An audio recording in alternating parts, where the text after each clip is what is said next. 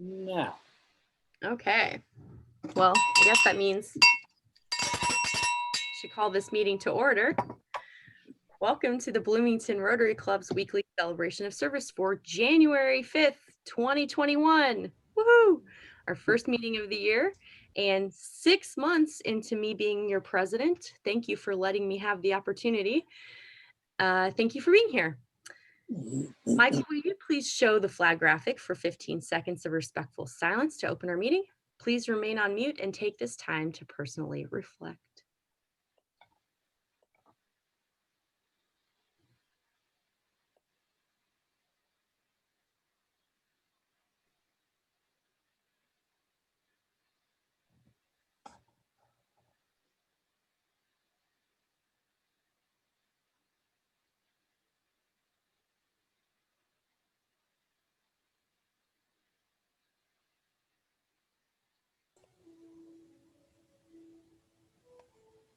Thank you. And now I will introduce myself to offer the reflection for today. I only have a brief reflection because we have a lot of things going on today, but it is our club forum. And so I wanted to remind you, like others have done before me, of a resource that you all have coming to your mailbox every month in the Rotary magazine. This issue was particularly wonderful, in my opinion. They're all very good, and I try to read them when I have the time. But this issue featured a quite long, let me get to my paper clip here, spread of articles on the future. So it reflects on the past, centennials and bicentennials and semi-quacentennials and all of those. And it reflects on the future. So it goes through philanthropy and reading and water and all of these wonderful topics. And I suggest looking through. You already have this, should be coming directly to you. If we don't, we'll get it sorted out. But pick up your copy and just peruse. There's so much information about what other clubs are doing and what Rotary International is doing.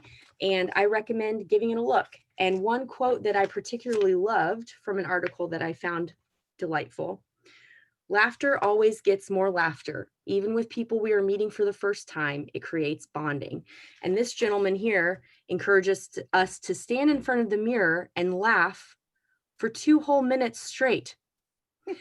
And I tried it. And let me tell you, it was very awkward, but about halfway through, I couldn't help but continue that spirit through the rest of the day. So take his advice, try it out. And there's always a little tidbit or something like that in this magazine. So you can read that for yourself, read more about this fine gentleman and the future in your Rotary magazine. And with that, we'll move on to the introduction of guests for today. We have one guest. District Governor Jessica Hayne has joined us for a special announcement and to join us as a Rotarian for our meeting. Welcome. And I don't see any other guests, but if I'm missing anyone, please speak up. Okay, I think that's all for today. Thanks to our producers, Michael Shermis, Natalie Blaze, Sally Gaskell, and Aaron Davis for making everything run so smoothly on the Zoom screen. And our roundabout reporter for this week is Kyla Cox-Deckard. Thank you for cataloging our events. Birthdays: Matt Stitzinger, January 8th. And quite a few membership anniversaries. Gus Shakalis, 5 years. Owen Johnson, 6 years. Scott Shackelford, 3 years. Kyla Cox-Deckard, 9 years. And Jim Shea, also 9 years. Thank you for being a part of the Rotary family. We have one announcement that I saw before the holiday. Rotarian Glenn Steenberger was quoted in a story about Bloomington High School South senior Sydney Anderson, one of the nation's first female Eagle Scouts. For her Eagle Scout project, Sydney worked on a meditation trail at the Tibetan Mongolian Buddhist Cultural Center in Bloomington, and her project included building a bridge, trailblazing to mark the trail, and working on erosion control. So fascinating. Look back into the December 21st, I think, article of the HT to check that out and to see some quotes from our very own Glenn Steenberger. Any other Rotarians in the news that I missed in the last few weeks? Anybody have anything to report? Any personal accomplishments to brag about? No? Okay. Well, on that note, let's go right into some happy dollars. Share any happy news that we've had, and we've got a lot of backlog of weeks here. So I'm guessing that people have some happy news to share, holiday joy or something of that nature. Go ahead. I have some happy news. I actually, two things. We are moving forward into the Martin Luther King Jr. season of volunteering. And rather than a day of volunteering at my sister's closet, we are sponsoring 40 days of peace in very small groups because of COVID. We have an electrostatic filter on site at my sister's closet, so it's a safer place to be than most places in Bloomington. If you're interested in volunteering, it is a happy place and we would love to have you. And I promise you will walk away feeling very, very rewarded. Every hour on the hour, we do ask the volunteers, one of them is chosen to stand up and read an MLK quote from our selection in a loud voice so that everybody could hear it, and the entire room breaks out in applause afterwards. It's really fun.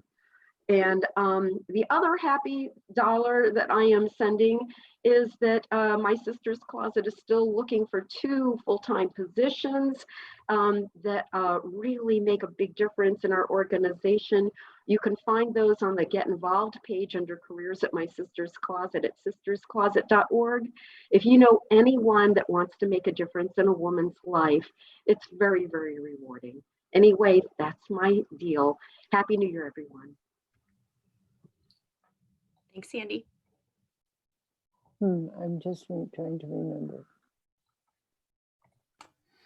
Well, while Charlotte remembers, I will just quickly chime in to say that I'm very happy to be back after having been away for a while. I was here in Bloomington, but I've been teaching at this time every Tuesday. And so the demographics of the people that I see on the screen in front of me have changed and shifted somewhat, but I'm very, very thrilled to see you all once again, and very happy to be here. Also, just to mention that I'm thrilled to have had my family. My 2 daughters were with us, Catherine and Gabrielle, over the break. It was just spectacular to spend time with them in a quiet place here in Bloomington. So that was really wonderful. Lots of epic chess matches with Catherine. Good. I have some wonderful news, which is that the project that I've managed at Indiana University for about a dozen years, the Strategic National Arts Alumni Project, received a grant for $650,000 from the Andrew W. Mellon Foundation, which will enable us to do a national survey of arts alumni in the year 2022. All arts alumni everywhere? All arts alumni everywhere? All arts alumni. You just have to have graduated from a participating institution. Really?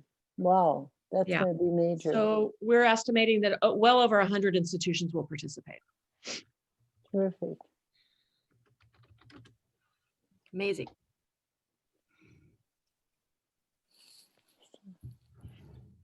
Any other happy dollars? You know, the other day I was someplace and I thought, that's really wonderful. I'm going to make that into a happy dollar. And now I can't remember. Oh, darn. So I'm going to give a happy dollar to my bad memory and hope that it comes forward. Well, when you remember, we'll circle back to you. Yeah. But I don't want to withhold the happy dollar. I just want to add the piece to it.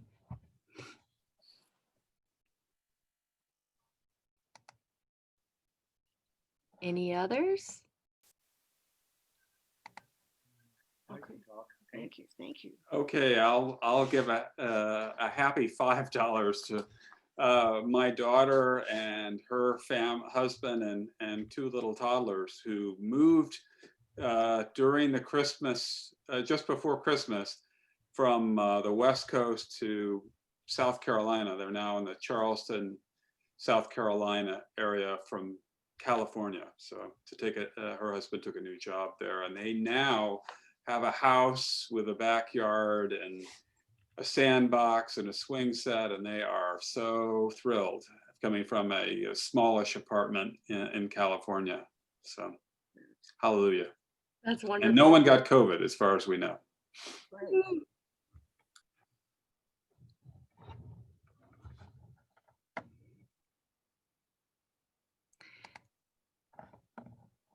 Any others to share?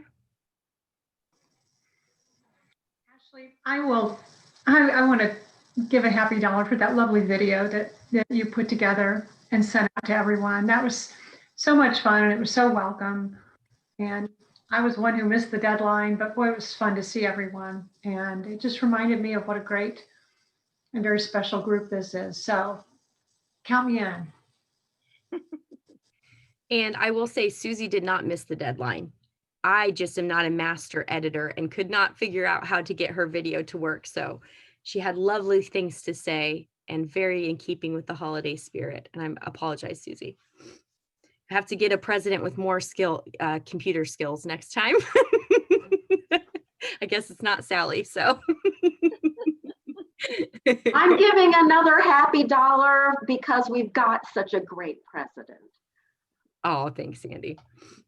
And really, that was a fantastic video. It really was one of the better parts of the whole holiday season. Thank you. You're welcome. It was so fun to get everyone's submissions and compile them together. Lots of fun spirit there.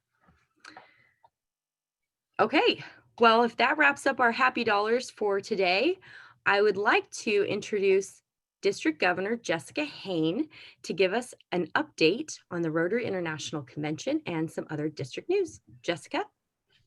Thanks, Ashley. First of all, I have to say that I was really looking forward to coming to the Bloomington Club meeting today because you're all so amazing. And yesterday I attended a Rotary Club meeting, and I will not tell you what club it was. And it was fun.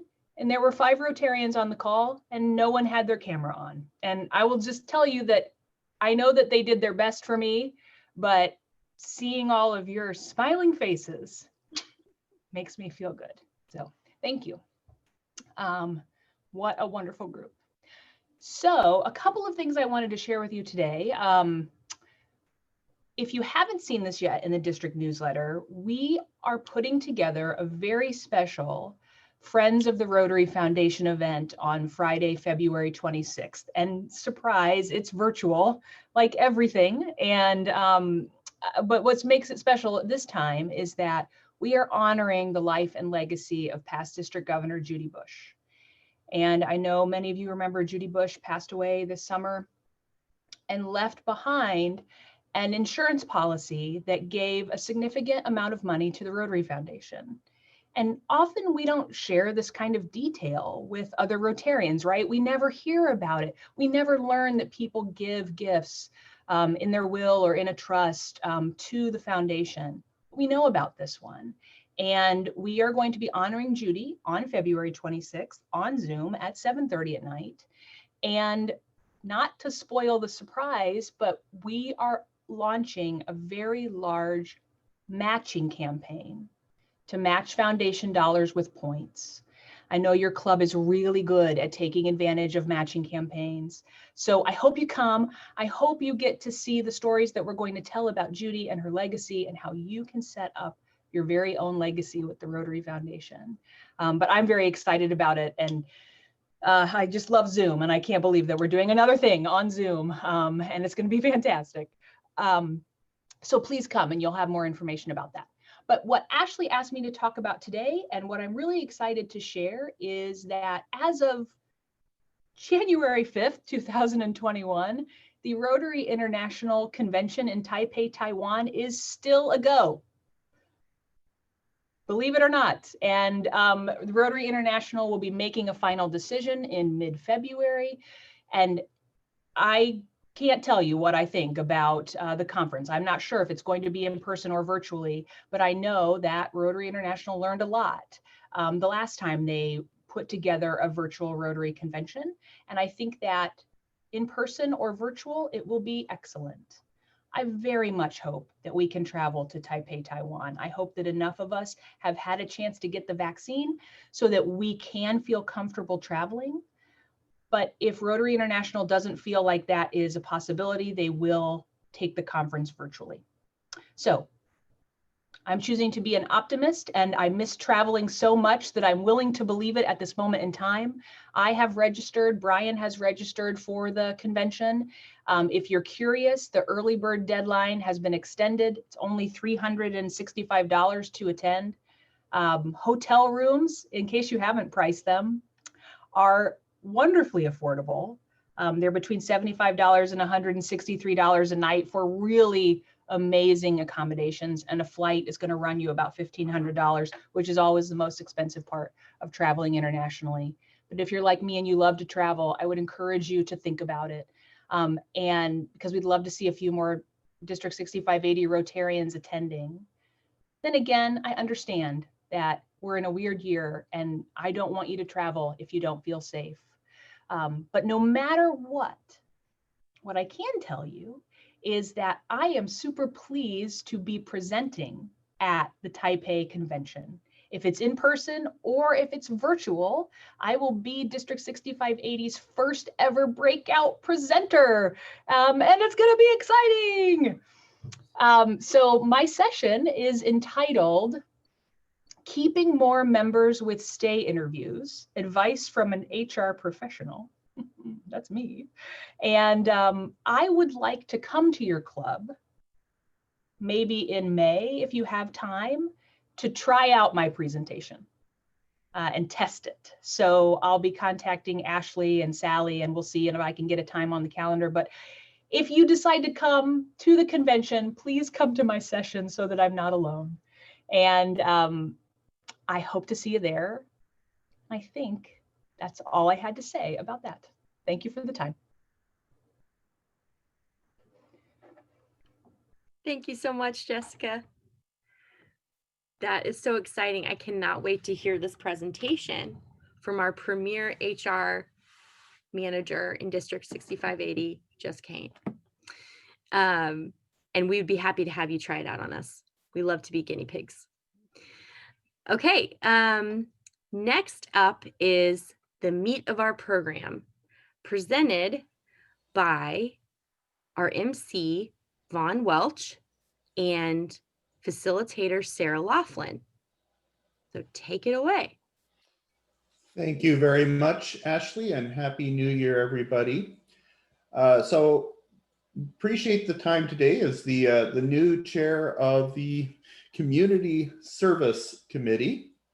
And I really want to thank Sarah for the spark behind today's presentation. And I'm going to turn it over to her shortly and mostly hear from her.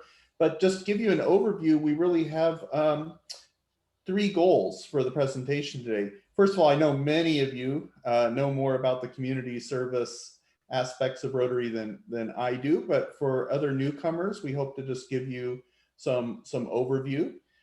Second, Sarah is going to take some time to celebrate everything that the club has done for community service despite the pandemic and other things. So you're going to hear a talk that she has given before, but intermixed with some of the successes of this club.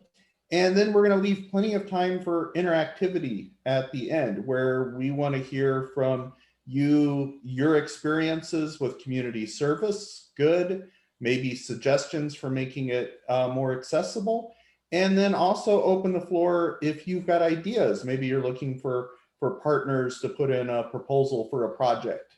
And so have a little bit of a time to just kick that around. So with that introduction, I'm going to pass the virtual MC microphone over to Sarah Laughlin at this point and ask her to tell us a little bit more about the community service we've done and some of her pointers on what makes for good community service. Sarah?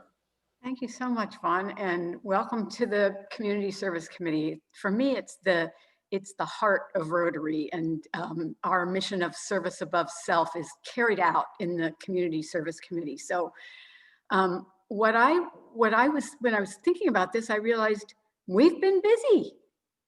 Even despite the pandemic, we've been busy doing things, doing community service. And so I made a list, and first on the list was the trash pickup on Pete Ellis Drive. And we somehow during the year noticed that our sign was there. It said that the Bloomington Rotary Club was sponsoring the trash pickup on this road. We hadn't paid much attention to that for I don't know how long, but we had a great time going from McDonald's down to the post office and back, picking up cigarette butts and this and that along the way. It wasn't very trashy, to tell you the truth, but that didn't stop us from having a great conversation on the way there and back. It was a beautiful day. Next in December, early December, and kind of all through December, we did our traditional bell ringing for the Salvation Army, this time at Kroger's, which I have to say was a lot more fun than being at the mall. There was more traffic. It seemed like people were more generous.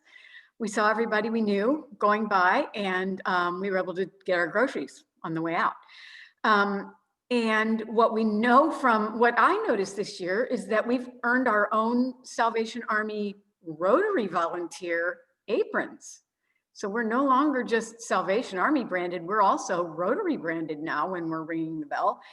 And Steve Moberly told us, I believe last year, that our scheduled time brings in the most money on the Salvation Army campaign every year of any group. So we never knew that before. We had no idea what the impact of all those little quarters going into the slots were. Then we packed in the middle of December, also early December, we packed 600 literacy backpacks at the United Way office. And that was, we actually bought the backpacks and the books and materials that went inside them with our district grant. And that is $3,000 from our club, which we earned from the Bloomington Rotary Toast. It's our share of the Toast proceeds, matched by $3,000 from the district. And so we worked on those for 3 days, even though there was a big snafu with the backpack printing for the United Way. We were able to sort of get ahead of the curve and have all the materials ready when the backpacks finally arrived in mid-morning on Friday. And then it went very quickly after that.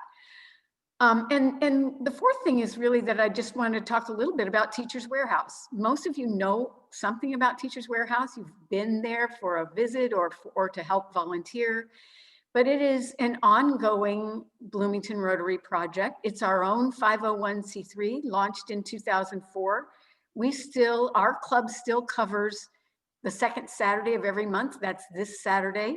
We volunteer on the second Saturday of the month. We have 4 members of our club who are currently serving on the board. And we have many others who are part of the TW Movers group, who helps us with large deliveries and donations and standing by to help whenever we need extra or to paint the lobby, which we did this fall. So as I was thinking about these projects, I was keeping in mind the characteristics of a successful community service that I prepared for a district conference program a couple of years ago. And I said, okay, we're really nailing it here. So let me just quickly share those with you, because I want you to think about those as you're thinking about what we should do next. So first of all, it should address a priority community need. If we want to make significant positive impact, it should be something important, not just not a little bitty drop in the bucket, but something impactful. And so our district grant proposal process that we've used for the last few years really helps us with that, because organizations that want to partner with us and receive that $6,000 and our volunteer time have to articulate why their need is important.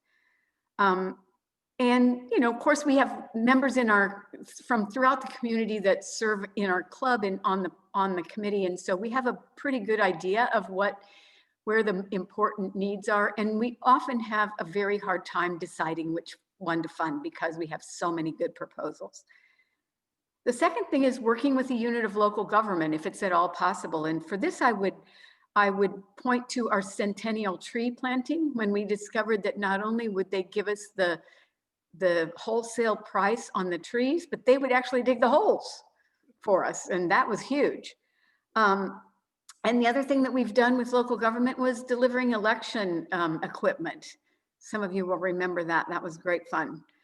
And the third thing is calling out for volunteers beyond our club. We've actually gained members from our community service projects by inviting people that we think are on our wavelengths to join us and actually see us in action.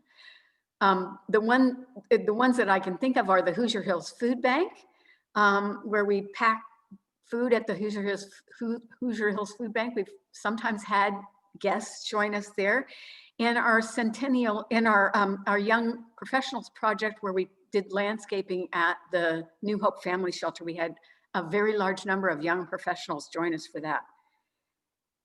Next, I think more than one source of money, leveraging our own money and our own time makes it bigger, makes it more impactful. And for this, I would point to our district grant, which is a match with our own money, the city purchasing the trees for our centennial project, and lots of in-kind donations that we get along the way toward our project. Sometimes it's the publicity, being able to speak on the radio for the Rotary Toast or something like that, that is not a cash donation, but an in-kind donation of talent or time. Next is sustainable results. And so we're looking for things when we're looking for community service that are not just one day only. It's not just an event. It's not just helping a few people right now. It's lasting. So I might point to the playground at the Boys and Girls Club, the new paint job at Martha's house, the centennial trees, which are flourishing there on the, whatever that street is in front of Sherwood Oaks Christian Church. And the Teachers Warehouse itself, which has spun itself off as a successful nonprofit now and continues to benefit teachers 16 years after it was launched. And the final thing is public awareness of Rotary before, during, and after the event itself, to connect the project with Rotary itself. And it's why we wear these hats, and why we wear those aprons when we're ringing the bells, and why we wear our pins and our sweatshirts and whatever other Rotary swag we can round up, because we're proud members of Rotary and we want people to see us in action. So that's just a quick wrap up of what's going on with our club and why we think it's, you know, we've thought about it in terms of making it as impactful as possible. Turning it back over to you, Vaughn. Thank you very much, and great job, Sarah. So now we'd like to turn this into a little bit more interactive, and I'll just give you some questions that Sarah and I thought of to throw out there. First of all, if you've had positive experiences, things with community service through Rotary you'd like to share, we welcome those. If you've got suggestions for the community service in general, something that would make it easier for you to participate in, we welcome that. And then ideas for things that we could do. And I'll nudge folks a little bit here. What we're maybe looking for is not just an idea put out, but it's something if you would like to do that maybe you're looking for help with, someone to brainstorm with, or maybe connections on. There's a lot of great connections in this group, as we've heard. So with that, let me open the floor. I will jump in and just talk a little bit about how much the whole opportunity of being able to volunteer has meant to me. It's very fulfilling. And I can say that just in walking in, particularly in Teachers Warehouse, and watching the teachers leave and the gratitude that they have for being able to come and receive those materials, it's very, very satisfying. And along with that, just the opportunity at Hoosier Hills to work with other Rotarians. We get a little competitive even at times in how quickly we can pack those boxes. It's a lot of fun. So I encourage you all to participate when you can. I'd like to piggyback on something that Sarah said, and that is in reference to her baseball hat that she magnificently donned. She has a future career as a model, I'm sure. I have posted a couple of things on social media, particularly Facebook, and I get a lot of likes. And it does the same thing as that hat. It helps promote Rotary and what we're doing. Good. I have some thoughts about long range something commitments that we tried to identify. One of them is obviously we can't, I don't think we are in a position to address the big issue of the homeless, although that's clearly something that we should all be thinking about what's a long-term solution to that. But one thing I think about our children, infant care. It's very difficult to find infant care, daycare for kids, for babies. And if there's some way in which we could enhance the availability of infant care, that would be something that would be an ongoing wonderful thing to do. New Hope is the one organization that I know does that very well. And maybe that plus Macam are the only daycare organizations that I can think of that deal with infants. But we might find some way to work with infants, or even, it always seemed to me a good idea to have the interrelationship between older people and kids.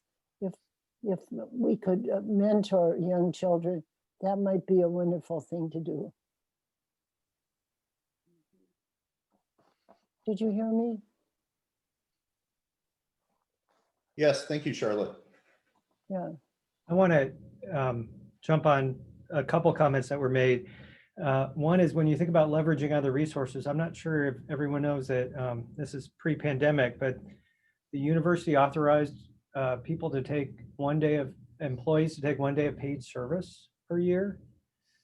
So for instance, in our department, we had teams that went out and went to the Hoosier Hills Food Bank and helped them for a day, or went out to Cascades Park and did some landscaping work for a day, or things like that. So there may be some opportunities there. The other thing I'd say is, building on some of what Marilyn said, when I do things like helping out with the United Way backpacks, I almost feel like it's cheating to call it service or to talk about service above self, because I always walk out of there feeling so good and in such a good mood that I feel like it does as much or more for me as it does for the project I'm working on. And I'll just jump in, Hank, to say that we had student affairs volunteers at Teachers Warehouse for the day, and we counted the books in the book room, 20,000 books, and inventoried them on that day. So we really did benefit from that, but I hadn't thought of them for other projects. I'm making a note. So I'd like to add something here. For many years, I served on the board of Area 10, Agency on Aging. And one of the pressing issues that we dealt with as an organization was combating the isolation and the loneliness that many seniors feel. And of course, that's only exacerbated by the pandemic. I don't know what the solution is, but if we could keep that in mind as we think about resources, so many of those individuals would give anything to be able to serve, to volunteer, to do things. So maybe there are ways that we can look to engage them in their home or through subject matter experts or different things. But it is an audience willing and waiting to be asked. Jumping on board with what Susie just said, some of our most loyal and fabulous volunteers came to us from Area 10 Agency on Aging referrals. At my sister's closet, there are so many ongoing service opportunities that can be done individually, in pairs, in small groups. if anyone would like to talk to me about these opportunities at my sister's closet, I would be so happy to talk with you, because we really do have regular need on a weekly, daily basis. Let me go back to the mentoring issue. It seems to me one of the wonderful things that can happen is to match older people with younger people. And that sometimes, especially little kids, just don't get the attention during the day that they need after school or whatever. And just having somebody pay attention to them and talk to them, tell them the stories, listen to their stories, read stories to them.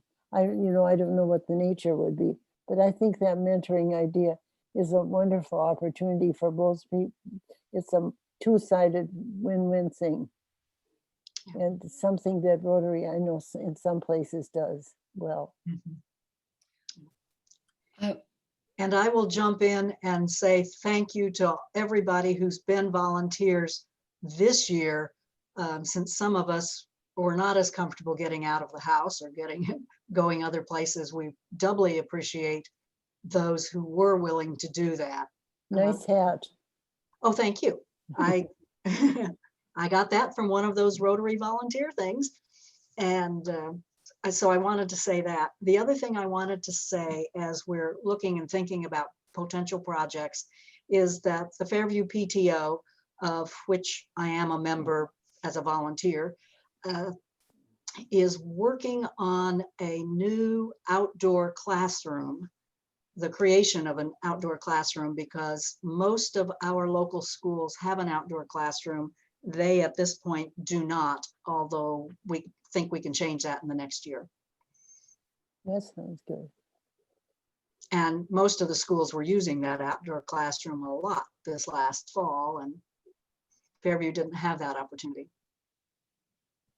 If I can just jump in again, these ideas are great. And what I want to remind you of is that when we are looking for district grant projects, there's a proposal form to be filled out by the nonprofit or school or whoever it is that's applying for the money. You have to have a Rotary sponsor.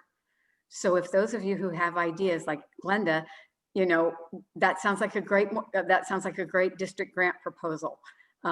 And the competition is usually pretty fierce, but the timing for that, it will be coming up. We'll be asking for those pretty soon. So it's not too soon to begin thinking about what would do you have a group that you'd like to work with to make a proposal that would, have a high impact, meet a pressing need and have a high impact. That's what we're looking for. Judy Schroeder has been patiently waiting with her hand held. Well, thank you so much. I would be really interested in this time when we have realized how divided we are as a community and as a society, in Rotary looking at ways to bring people together, to talk, to discuss. I think that I know that Erin has been active in a group that's working with this, but I'm looking at a group that would be diverse in all of the meanings of diversity, putting that together and using some of the wisdom that this group possesses to try to get us talking to one another, to people to whom we haven't been talking. Thank you. Judy, this is Anne. I think that's an excellent idea. And it's something that all of us could think about and work on together. Yeah.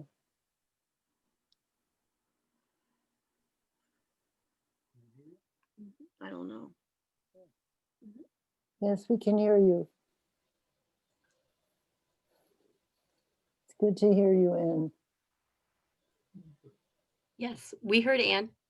Yeah. So speaking of the competition for the applicants, I know there are numerous applicants each year. And so I guess I'm curious as to know whether we might be interested or willing to look at those who didn't receive something in years past and see, first of all, if they might have fulfilled that need. And if not, if there's a way that we can consider some of those again, maybe, I don't know.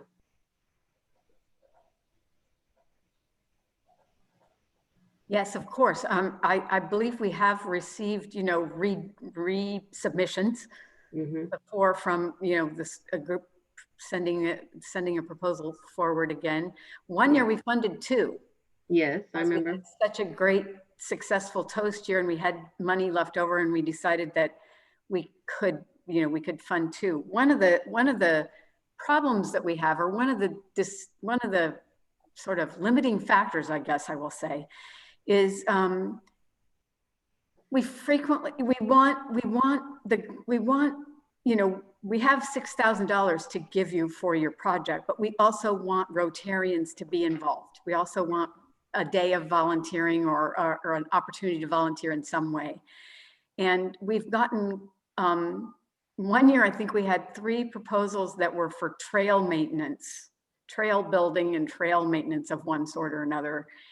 And we looked at the demographics of our club and said, that's not us. We probably can't accomplish that. So when if you look at this year's project at the United Way, it was packing backpacks. That's something easy for us to do and accomplish. We did have a great deal of fun painting.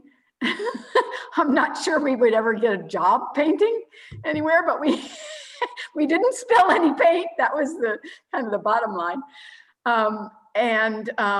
We have a great fun packing food at the Hoosier Hills Food Bank. And there's a lot of things we can do, but there also are some things that might be beyond our reach. Maybe not beyond the reach of the IU volunteers for a day, but so keep that in mind when you think about our volunteers, when you're working on your proposal, what would be reasonable for us to actually do, and you'll enhance your chances of getting chosen. And also the volunteers, I wonder if Hank knows whether or not it's all classes of employees there, like there's several classes, there's faculty, staff, professional, food service, certain maintenance. Is it everyone or is it just a few?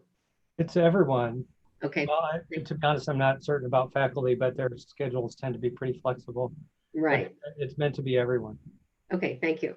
So there may be folks with special skills like electricians or things like that. Yeah, I'm thinking of the heating, cooling, all that, right? Mm-hmm. Yep. What has kept you from volunteering? Those of you who have not been able to volunteer, what has kept you from participating? This is Liz. I'll just say kids and other obligations. So sometimes work hours are actually better for me because I have greater flexibility. But once the work day is done and you go home or you have weekend activities, that just makes it harder. Yeah. Although I see Jessica Hain here, who has children and brings them along for volunteering opportunities. So maybe I should rethink that. This is Anne. May I make a comment? In Bloomington, so many times volunteering is mainly done by women and girls. Men have a more difficult time giving their time and efforts for free for various reasons. I remember several years ago, I worked on a project where we tried to get more men involved, but we had a terrible time with the language. Nobody was swearing, don't get me wrong. We called it men to boys. And it was an effort to get men involved in mentoring young men, boys, because in so many young boys' lives, men are missing. for various reasons. And I think that's a part of volunteering in Bloomington particularly, where we need a lot more men involved. And I don't know how to do that. I'm just throwing it out as a thought, and maybe somebody can pick up on something that would help. I mean, we have Boy Scouts, we have all kinds of activities like that, but so many adults aren't equipped to do scouting for various reasons. But I think I think it's an area that needs thoughtful people and some work. Thank you. Well, it seems to me the mentoring idea is if we could figure that out would be good. Because I think you're absolutely right. There are a lot of kids, especially younger, but it gets more difficult as the boys get older. But having a match of somebody and working that out in the proper way. And I know that happens some places and it does well. So I don't know, working with the Boys and Girls Club perhaps? Is there any way we can do a project using IU art students? I don't have anything specific in mind. I'm just thinking out loud. Including musicians. Yeah, I mean, I can speak to that. I know that in the Jacob School of Music, there are student organizations. There's one in particular that I'm thinking of called Classical Connections, that is committed to taking performances into the community. And, you know, I can see a lot of intersection potentially with students in the school and as well as faculty and staff who want to get out and do things on a musical level. So I'd be happy to help develop ideas and connect the dots. Doesn't Fairview have some sort of a program? Fairview has a lot of arts programs. Yeah. Yes. There's a program for strings that's been run by Brenda Brenner for many years. But then there are other programs that have been developed over the last 5 years as well that are very impressive at Fairview. Years ago, this is Anne. I was a student of an organist at IU, Dr. Rigatz, and he took me on as a young person as a mentor. And we used a church on the east side of Bloomington and they were willing to allow me to use their organ. And I'll never forget the day I was asked to play the IU auditorium. To be able to put your hands on the keyboard of a pipe organ is an extraordinary feeling. It's much, in my opinion, electric organs should never have been designed. Pipe organs are the way to go. Yeah. Because you have so much volume and so much ability to interpret music and different sounds. And when those pipes start pumping air at the IU auditorium, you can almost feel it in your feet when those pumps come on because it is so powerful. But it is fun. And I'm sorry to interrupt and thank you for the story, but looking at the clock, I see it's about time for me to turn things back over to Ashley.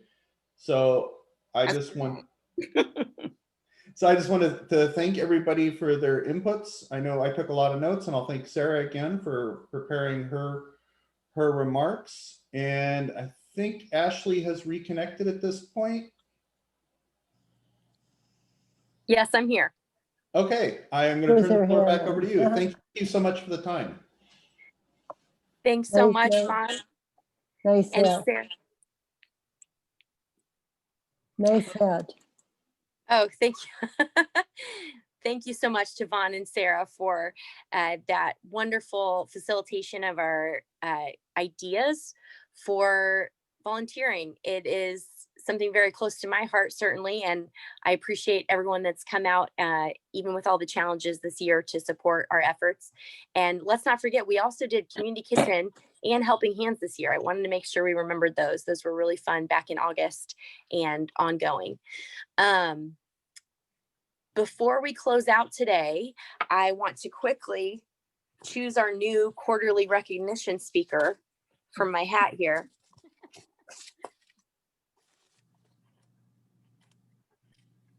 And it is Shalom Center. So Shalom Center will be receiving our speaker gift recipient for this quarter. And there you go. Shouldn't you mention that its name now is Beacon? Beacon. It's now Beacon. We will make sure to make note of that. But Okay. previously known as Shalom Center, under the umbrella of Beacon. Thank you, Tim. Okay, Sally, will you tell us about next week's program? Yes, January 12th, next week on Zoom. Our program will be Graham Honecker and Jerry Logan talking about their book, The Cinderella Strategy, the game plan behind Butler University's rise to prominence. And we have Lauren Snyder to thank for that. Thank you so much. That'll be exciting. Okay. Michael, can you please share our four-way test graphic so that we can say that together to close our meeting?